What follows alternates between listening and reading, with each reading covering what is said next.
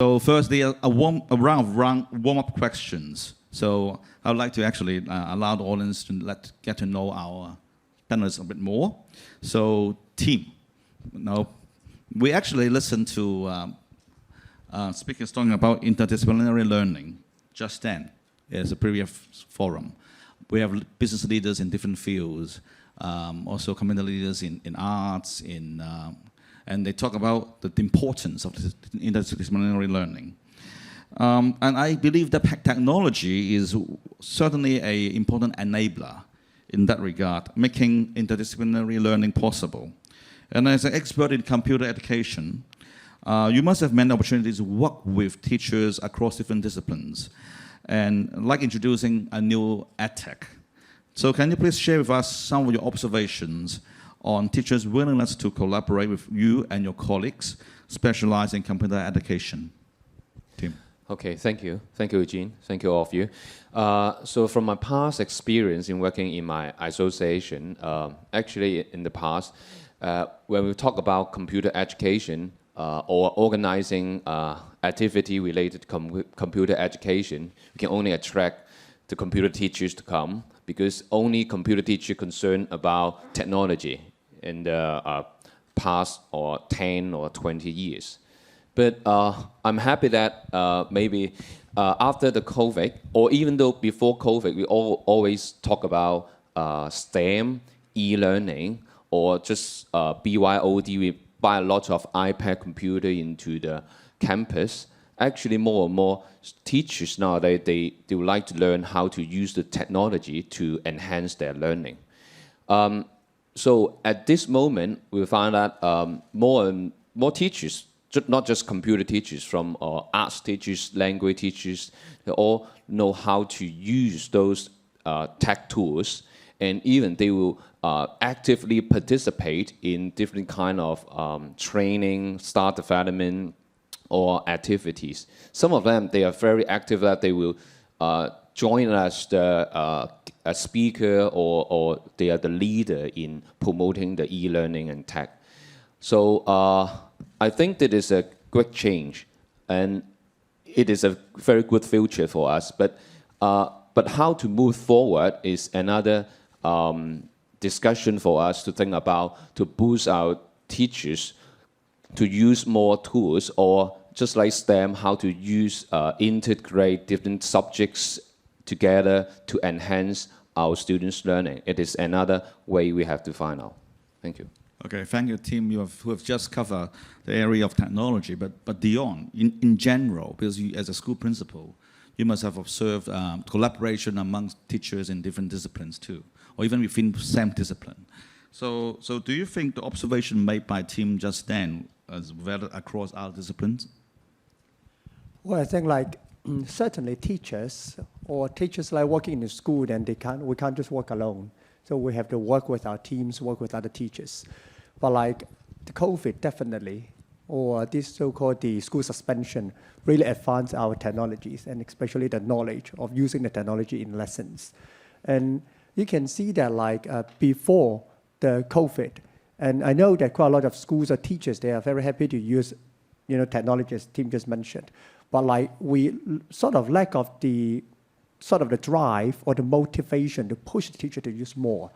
But like we have to thank COVID that like, especially in the education field, because of COVID, then all teachers now, I can't say they all become the IT guru, okay? But at least quite a lot of them, they're very comfortable to use IT in their lessons. And they're very happy to use it to facilitate students' learning. This morning, I just had a staff development in school, and we just chat about the development plan of the school. The teacher said like, well, now I feel more comfortable to use IT to help students to learn. But quite a lot of people, they have a misunderstanding that like, we are using IT to help students to learn better, as not teaching IT.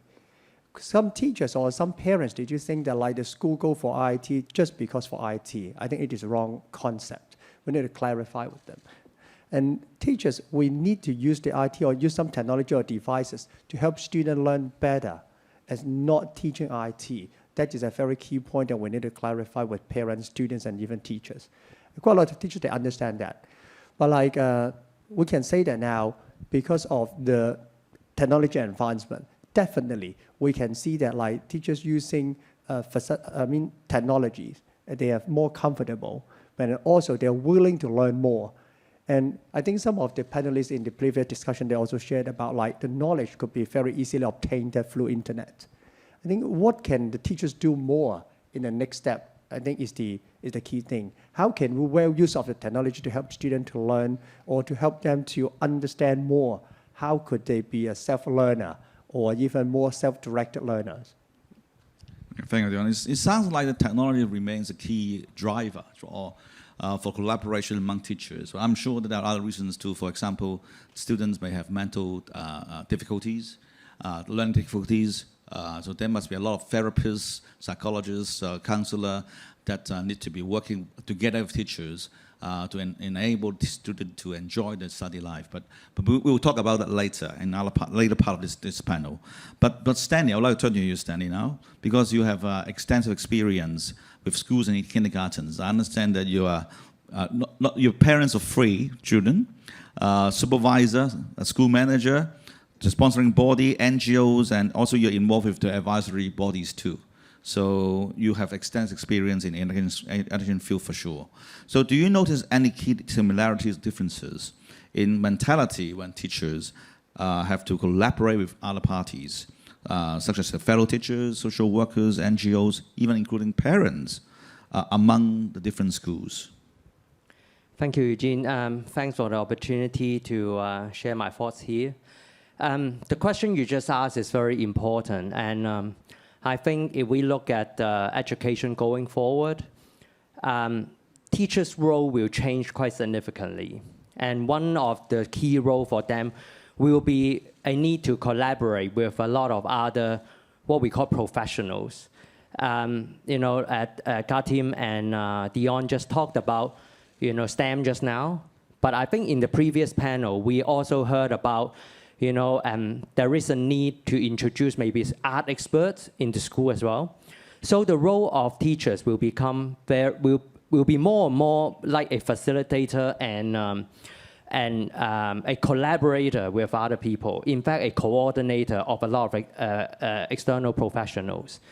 But then, like for a teacher to be able to collaborate, in my experience, I think it really depends on 3 factors. Well, first one is the culture of the school. So does the school encourage teachers to collaborate? The second one is the willingness of the teacher, him or herself. So that's very important. But I think also the third important key element is the time available for them to collaborate with other stakeholders.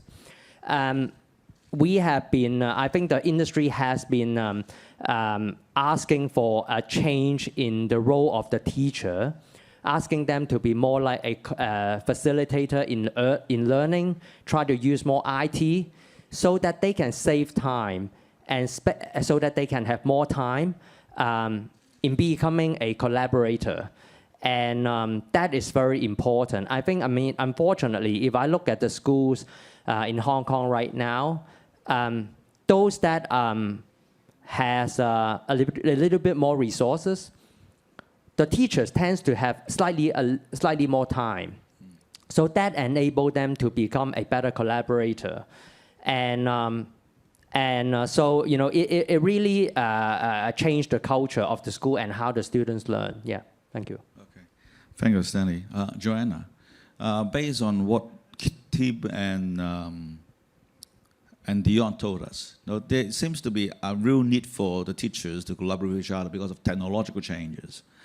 Then, based on what Stanley told us, there are a lot of challenges. Those are preconditions. You need to have the right culture, you have the right amount of time for the teachers, they have to be willing to actually collaborate. You, as an expert on nurturing people to have creativity, how does you and your team at KG Group been helping people, I know particularly young people, to be more creative? But before they actually come to your center, what do you think are the reasons holding them back from being creative? Thanks, Eugene. Yeah, I really was interested in the discussion that the earlier panel had about creativity. They talked about creativity a lot, and I'd like to expand on that a little if I can. And actually, I feel in Hong Kong there's a very literal viewpoint about creativity. People think being creative means you're good at art, or good at singing, or good at ballet. But actually, creativity is so much more than that. If I take a very pragmatic viewpoint about creativity, I can say that it's being innovative and creating value. So if I say that in relation to creativity, now I sound corporate, right? And that might appeal to a business person, but that truly is what creativity is. It's being innovative and creating value.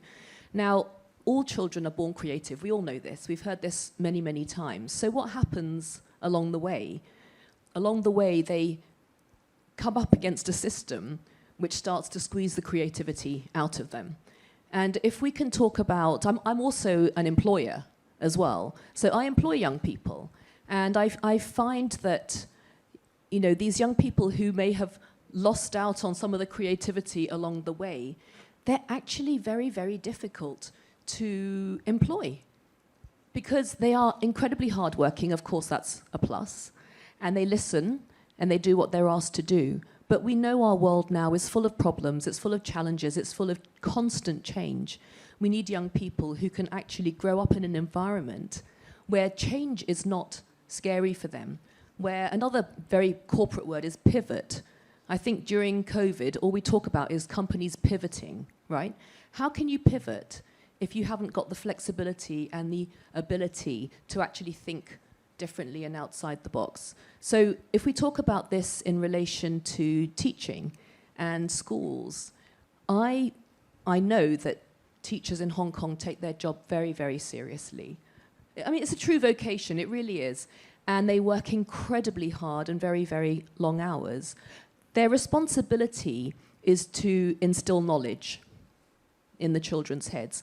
I would love to shift that responsibility and have educators think about it in a different way and see their responsibility as actually being to create creative humans and actually help children to develop in these more flexible ways, as well as learning all the things that they need to learn, but actually develop in a broader way.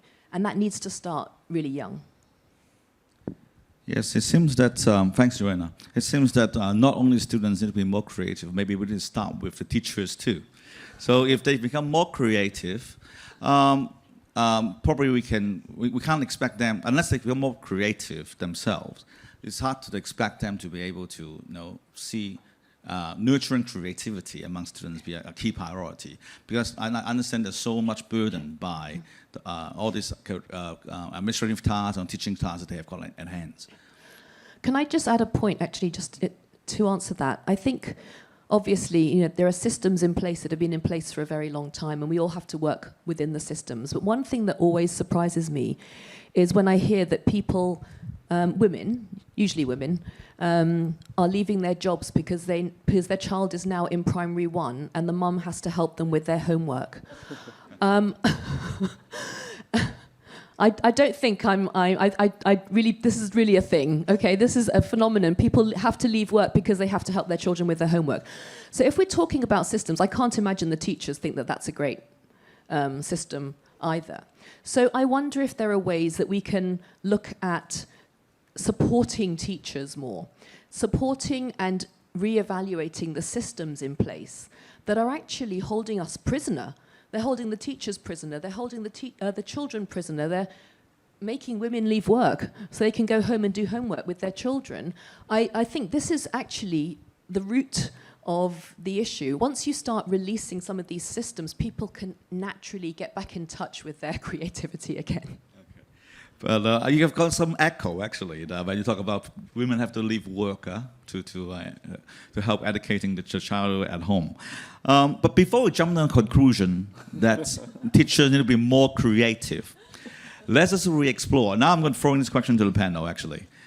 Do you see changes in expectation of teachers from the community in general, school boards, maybe parents, maybe students as well, do you think there is any perception from external to the teacher community, that they have to play a different role in the future?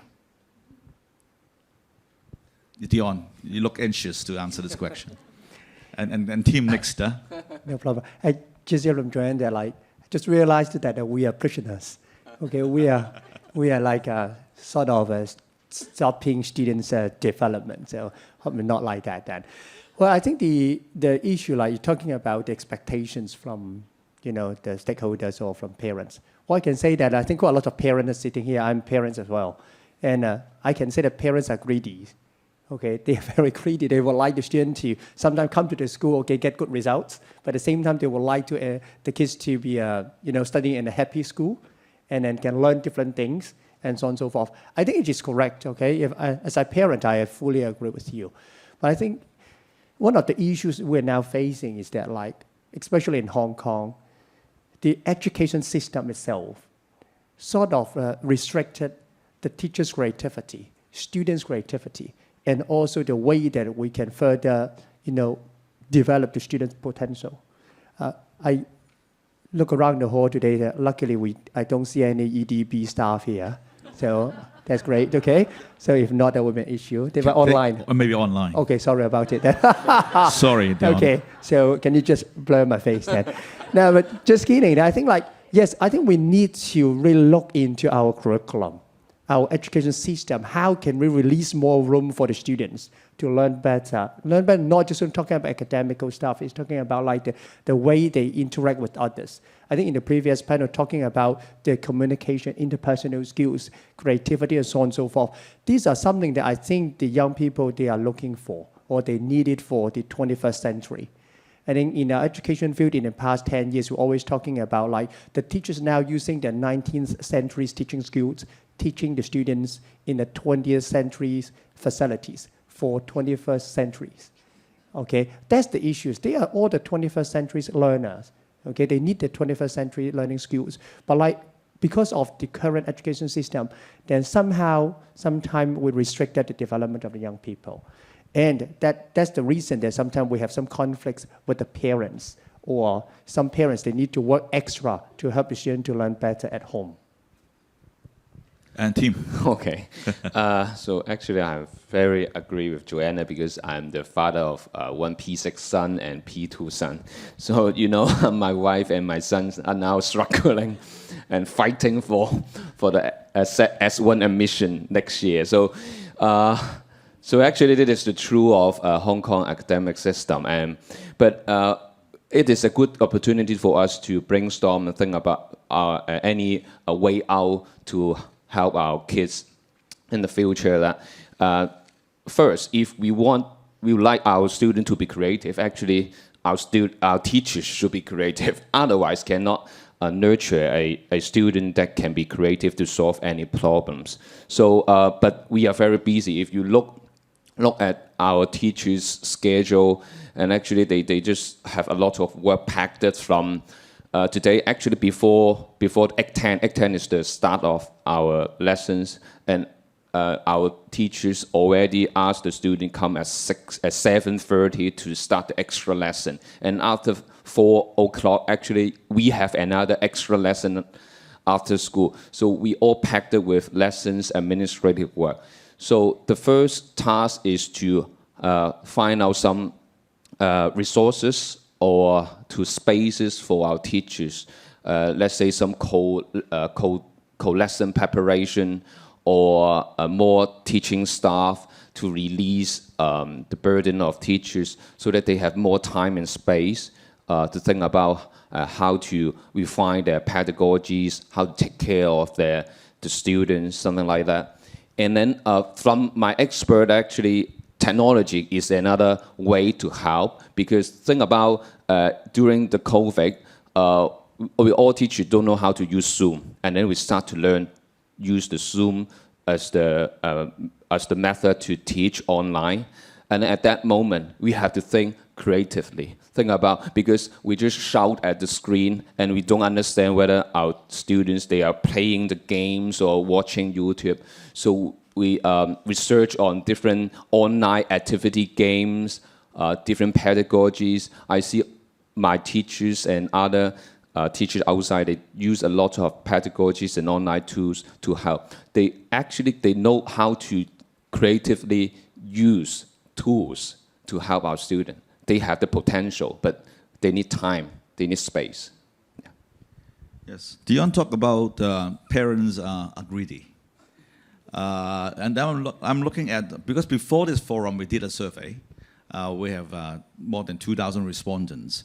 And among the students in tertiary institutions and also the parents, they actually would like to see more teaching of vocational related skills in the education system. When you think about it, it may present difficulties to our teachers, because I believe that most of them actually have been working at the schools. So it will be a bit hard for them. I don't think it's justified to actually ask them to teach vocational skills that are important to other vocations. But on the other hand, I'm thinking what Professor Chen Kai-ming mentioned so often, that nowadays most schools in Hong Kong work with other NGOs. And each school on average work with 6 to 7, I think, NGOs. So there are other experts out there in industry and community, and also those social workers, psychologists, therapists actually working at schools. So teachers are not working alone. They have been working with other experts too. So I would like to ask my panelists, what do you see is maybe we should need to do more to facilitate such collaboration among the teachers and the other experts that are available in the community? Is there anything that we need to do more from, say, from school board's perspective, or community in general, or people in business? Stanley? Well, I mean, I think this question is also a bit related to your first question just now. I think, recently, if you talk about, I'm a parent, I'm a father of 3, so, I have 2 sons who are 17 and 14, and my younger daughter is 12. And they experience international schools, IB schools, and local schools in Hong Kong, all of them. And now some of my kids are in England. So I have some experience of all these different schooling systems. And I would say that, recently, if you talk about the expectation of parents, a lot of the parents, what they want to do is they want to find a happy school for their kids who doesn't need to do a lot of homework, who have a lot of fun in school, still can swim and have 1 musical instrument, but then they end up in Oxford or Cambridge at the end. Only Oxford or Cambridge. So that's basically exactly. So that's basically what the parents want. I think from another angle is that the industry. I mean, I'm an employer myself as well. So there is a strong demand from the industry that they would like schools to be able to help students to identify their expertise and their needs, and also what they are good at earlier. So, for example, for schools where they have a lot more resources, at very young age, they already put students. So let's say musical instruments, right? They do not very often they do not allow students to pick the instruments. They will find an expert, come in, look at what is the size of the students, what is the shape of their of their mouth, and then they will recommend a musical instrument to them. At the same time, they will also try to identify what are the skills of the students. For example, some students will be told very early on that you are very good at identifying drawings, right? So what does it mean? That also means that when they learn Chinese, it will be relatively easier for them because they recognize words very quickly. But on the other hand, let's say my daughter, right? She is very sensitive to sound. So as a result, her Chinese learning is very weak, but her English and French is very good. So, I mean, so if you look at the industry, there is a need, there is a demand for schools to say, okay, you know, can we have innovation into the schools? There is a change in curriculum whereby the students can identify their skills and their interests early on in their life. And I think that is something that the teachers now need to, and also, I mean, as Dion was saying, our curriculum really needs to reshape, because the teachers are probably saying, okay, in the past, I'm taking a leadership role in teaching skills. But now what I'm saying is that I need to take a step back and say, okay, you know, like they get exposure in schools, but then a lot of them, they are learning, they're actually using systems, using IT, learning things from YouTube, right? I mean, they are facing like, a lot of the students, they are watching YouTube like 2 to 3 hours a day. I mean, and while their parents only talk to them like 30 minutes at most. So they are definitely learning a lot from internet in addition to schools. So how do teachers take a step back and say, I'm a facilitator in learning, but not a leader anymore? Maybe that is something that the industry needs to think about, yeah. Joanne, I want to add something.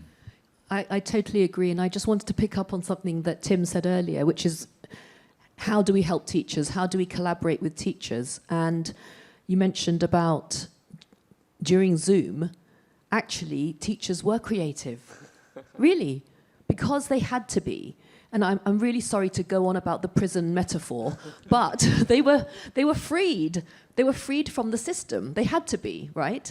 So as a result of that, of course, there was initial confusion, initial panic, initial what are we going to do, and a lot of confusion from, you know, authorities, etc. But they were freed to think outside of the box, and many, many teachers came up with very, very interesting ways of teaching the children outside of the textbooks, outside of the regular curriculum, how to keep these children engaged online.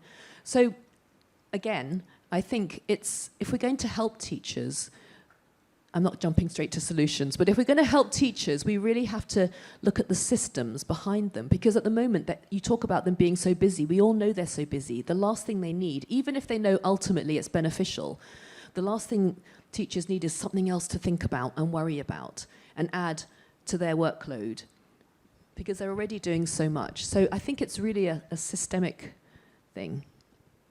So just one point to add. So Joanna, you just mentioned a very good point, a good observation on why at that moment we use Zoom online teaching. At that moment we are more creative, because the whole system, the whole teaching schedule there was totally different. But now all the schools, secondary schools or just like primary school, they are coming back to full time. And what does it mean to them? That means we go back 3 years ago, we do the same thing. We have the time machine. Now we go back to 3 years ago and we just do the same. And then at that moment, it's so tired for teachers. So the point is the system. Why we can do it in online teaching, but how about now? We can use, some of them, we use the term hybrid learning or teaching. Can it be another way out for us? I just want to add one point. I was just joking with my friends, but that was real, is that, you know, I live in an area where it's surrounded by schools. So every morning when I walk my daughter to her school bus, I will pass through a bus stop whereby there are a lot of teachers. And they are all just standing there waiting for the bus and correcting homework at the same time at the bus stop. And that is true. And what we are saying, I mean, as what Dion was saying, we need to relieve our teachers from a lot of their repetitive work. We need to give them time. We want the teachers to use their brain and not their time to teach. I mean, you know what I mean, right? I mean, because right now, a lot of the teachers, they are just too tired to think. And that is very unfortunate. And at the same time, a lot of them are very willing to teach. So right now, during the past 3 years, we have a lot of technological change. I'm a committee member of the Quality Education Fund in Hong Kong. So they are pushing a lot of IT initiatives out. So right now, I mean, you know, I think it is a very good time to try to invite the teachers, especially school principals, to introduce a change in the schools, whereby they should use more IT, release themselves, and have more time to be a collaborator, work with social workers. I mean, a lot of people talk about mental, wellness issue with students. So, I mean, these are all the things that they need to look into. Yeah. Okay, thanks. Anything to add from you, Dion? Right, just go back to your question. I think you said like parents, they would like the kids to, or the school to teach the kids a little bit more about the vocational skills. And This is from our pre-event survey. Yep. But for the so-called vocational skills, I think the young people now, they need more like the soft skills rather than just only the vocational skills. I think as everybody sitting here, you understand that like knowledge could be very easily obtained from internet or by themselves. But like soft skills or the interpersonal skills is something not that easy to obtain through internet or just through IT. What can we do a bit more is that like, I hope that the school will have more time to really let students to experience more about their daily life, activities, or even like now they return to the school. I'm glad to see them return to the school because they got more time to fight with their friends. Not physically fight, I think, at least quarreling is a good opportunity for them to learn.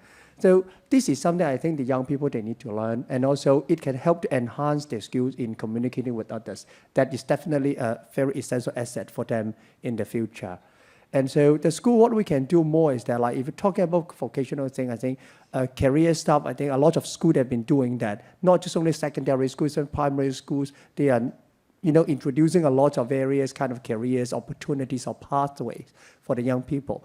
But like the school, if the school really have a lot of resources, especially the resources with the alumni or old boys, old girls, then I think we can well use of them a little bit more.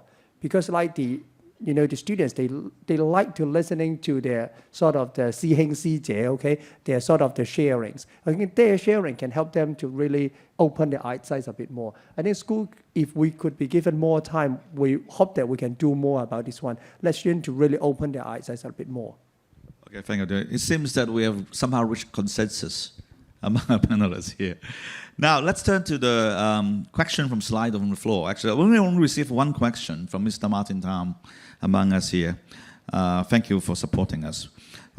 So it says, how do we sustain our young students through education to keep their free, lifelong characters of curiosity, courage, and integrity? So I repeat, how do we sustain our young students through education to keep their curiosity, courage, and integrity lifelong? So, Dion, you want to tackle that? Because talking about three characters here, right? Yes. I just focus on one, curiosity. Now, I think curiosity is not something that we need to teach. We don't need to teach the young people about curiosity. And that it is something they're born to have curiosity. Every baby, like they come out and they ask them to do something. You don't need to ask them. They probably will try something by themselves. What we need to do is to, I think that the word depicted in the question is very great, how to sustain it, help them. I think the education system, somehow we stop students' curiosity. And also sometimes we, as a parent, I look back, sometimes I regret of doing that. Sometimes we tell the kids not to do something. Actually, we are stopping the development of the curiosity. What's the flexibility that we have can allow our students to really make mistakes? The current education system, I don't think we have too much room for them to make mistakes. That is something we need to encourage them a little bit more. More mistakes they could make, and then more experience that they could learn. So that is something I believe that we can do more. And Joanna, want to add on? Yeah, can I just pick up on that? Totally agree, Dion. I think the one I'd like to talk about is courage, because I think our school children are very scared to fail. They're in a system that encourages excellence, and they are graded and they are ranked, and you don't want to fail if you might come last. I think it's just not set up effectively for them to be able to even take the first step to do that. And I think in Hong Kong also, people don't like to speak up. People don't have the courage to put their ideas out there, just in case it's a really stupid idea. I think courage with children is about learning to speak your mind, but with respect and in the right contexts. But I think it's so important as something, and I'm actually on the board of the Women's Foundation, and I mentor some young women. And the main thing that they ask for is they want support in communication because they are too scared to speak up to their boss. They're too scared to speak up in a noisy room where they know that they have value to add, but they just don't have that courage to do that. And I think courage is the word, because it does take courage to put yourself out there and stand out in a certain way. And I think that's something that's really important. Maybe we can encourage that to be developed more in schools as well. Okay. And Tim? Yeah. So actually, I think about whether our school create any authentic learning experience for our students, because if that is just like the real world, they will face failure, they will face problems, they have to tackle, solve the problems. At that moment, they will learn from their experience. So somehow in Hong Kong system, they just face examination or homework, and they just ask for the model answers or syllabus, and that cannot help to sustain these three characteristics. And coming back for the maybe principal or the school leaders, we have to think about how to take some advantage from the NGOs, communities. These are some experts that can provide us different learning experience inside or outside school. So if we try to do so, I think our students can gradually nurture these kind of skills. Yeah, Sunny. Yeah, well, I mean, I think, like Eugene, you and I, we do a lot of character building work, right, with students. So, I don't want to focus on those three skills particularly, but I just want to, like, go back out a little bit to say, there are, right now in the schools in Hong Kong, there is very little emphasis on character building. So, but on the other hand, if you ask the industry, right, most of the industry leaders will rank integrity very high. But then there is very little talk about integrity. So, but then integrity is not something that you can teach and you can teach them. It's really something that they need to experience. So as what Dion is saying is that right now, a lot of the students in Hong Kong, their extracurricular activity is not relating to character building. It is relating to like, different like sports, music, which is right. But then on the other hand, the schools itself is not offering enough activities to encourage them to experience. And this is a major problem. But then if you could go back and say, okay, why is this? And I remember I talked to some of the school university presidents before on this. We had a forum, right? Eugene, you may remember. One of the school principals say, it is because if you need to change this, it's very easy. The university, if they change their admission criteria, right, to say, okay, our admission criteria, in addition to academic results, we also want students to have service activities. We want them to like explain to themselves why do they like want to join these subjects. It will immediately change the whole culture of secondary school and primary school in Hong Kong. And that is very true. And it is very unfortunate that most of the students, the top score DSE students in Hong Kong, they will pick to become a doctor, right? When you interview them, they'll say, I want to become a doctor because I want to save people.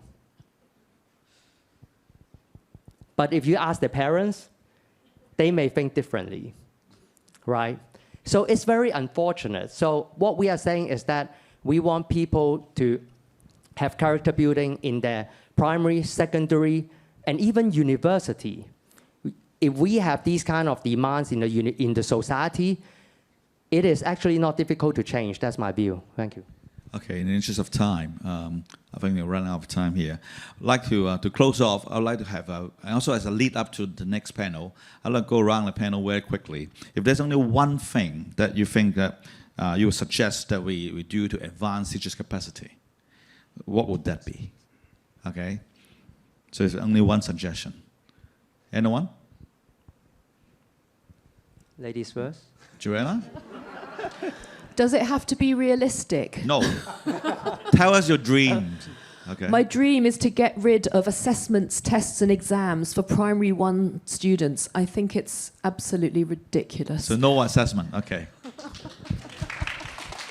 Okay, Tim.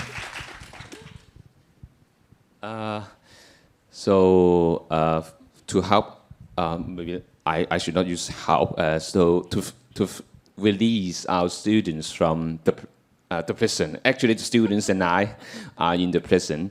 I think so. Have to change the mindset of the leader in school or the government, and hopefully there are some government people here. But Yes, they're listening. Yes. yeah, this is okay. Okay.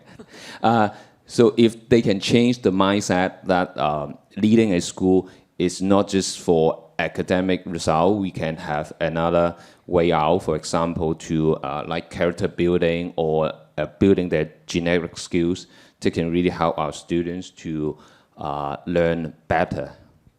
Yeah. Okay, thank you. Stanley. Well, I mean, what I would love to see is for the education system to change in a way so that students can know what they want to do early. And what it also means that it will free up teachers' time. The reason is because right now a lot of teachers, let's say for Chinese history, right? The whole course is trying to make all the Hong Kong students become a history professor. And even the art course that we are having in schools, they are trying to train everyone to become a fine artist. That is not right. I think, if the students can learn what they want, can know what is their skill set early, then some of them can be trained to appreciate arts more. And while some of them will pursue fine arts and become a fine artist. And this way, we can do differentiation early, and then it can also relieve some of the work of the teachers. Okay. Thank you, Dion. Quickly. Well, then not too much I can add after all these wise thoughts, okay? And I think I still very loyal to my own thoughts, like I think the education system, we need to really have to change it as soon as possible, especially for the, now Hong Kong will use DSE. I think DSE, we know that we changed it already, I think from the old Hong Kong A-level system, but still, we still can see a lot of room for improvement there. If we can change it, we change the format, we change the content, we change the emphasis, then I'm sure that the teachers, I think they will have more time to really help students to further improve themselves. Thank you, Dion. Personally, I would like to have see some time off for teachers so that they can have a sabbatical or they can experience life outside of the schools, in different industries, if possible. But that remains in our dream. But ladies and gentlemen, please put your hands together for this excellent panel of